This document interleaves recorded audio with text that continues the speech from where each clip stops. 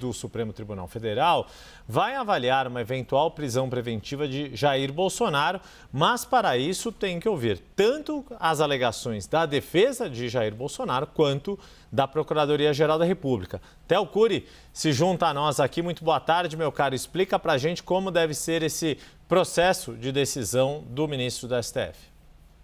Yuri, muito boa tarde para você, ótima tarde para a Débora e para quem nos acompanha nesse finalzinho de semana aqui no 360. O ministro Alexandre de Moraes, vocês vão se lembrar, ontem na decisão que tomou, determinou um prazo de 48 horas para que a defesa do ex-presidente Jair Bolsonaro preste esclarecimentos sobre o que Alexandre de Moraes considerou reiterados descumprimentos das medidas cautelares que foram impostas pelo Supremo a ele, reiteração de condutas ilícitas e existência de comprovado risco de fuga, com relação àquela carta que foi apreendida, recuperada nas mensagens apagadas do celular dele, em que havia uma minuta de pedido de asilo político à Argentina, ao presidente Javier Milei, datada de fevereiro do ano passado, que não chegou, inclusive, nem a ser enviada para a Argentina.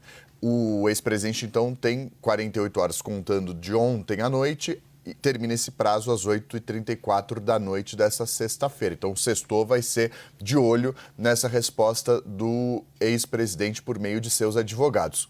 Para além disso, a Procuradoria-Geral da República, diante dessa resposta, também terá de se posicionar. Somente depois de ouvir a PGR e ouvir a defesa do ex-presidente é que o ministro Alexandre de Moraes vai avaliar se mantém a prisão domiciliar do ex-presidente ou se, eventualmente, converte essa domiciliar em uma prisão preventiva por, eventualmente, constatar riscos para a ação penal, para a ordem pública, de acordo com o que prevê o Supremo Tribunal Federal, ou se vê algum descumprimento concreto das decisões tomadas e essa perpetuação de atividades, atos ilícitos por parte do ex-presidente. Então, é uma decisão que ainda será tomada, uma análise que ainda será tomada diante do que a defesa responder e do que a PGR responder. Vocês vão se lembrar que, em outro momento, a defesa também teve de fazer exatamente a mesma coisa, diante do que Moraes considerou descumprimentos por parte, pontualmente, de uma publicação ali do Eduardo Bolsonaro, que isso traria um risco para uma prisão preventiva do ex-presidente. No final das contas, ele disse que foi um ato isolado, depois de ouvir justamente tanto a Procuradoria quanto a defesa do ex-presidente Jair Bolsonaro, e não mudou a situação jurídica do ex-presidente. Disse, olha, foi um ato isolado, vamos passar, vamos superar isso, bola para frente. Em linhas gerais, foi essa a decisão do ministro.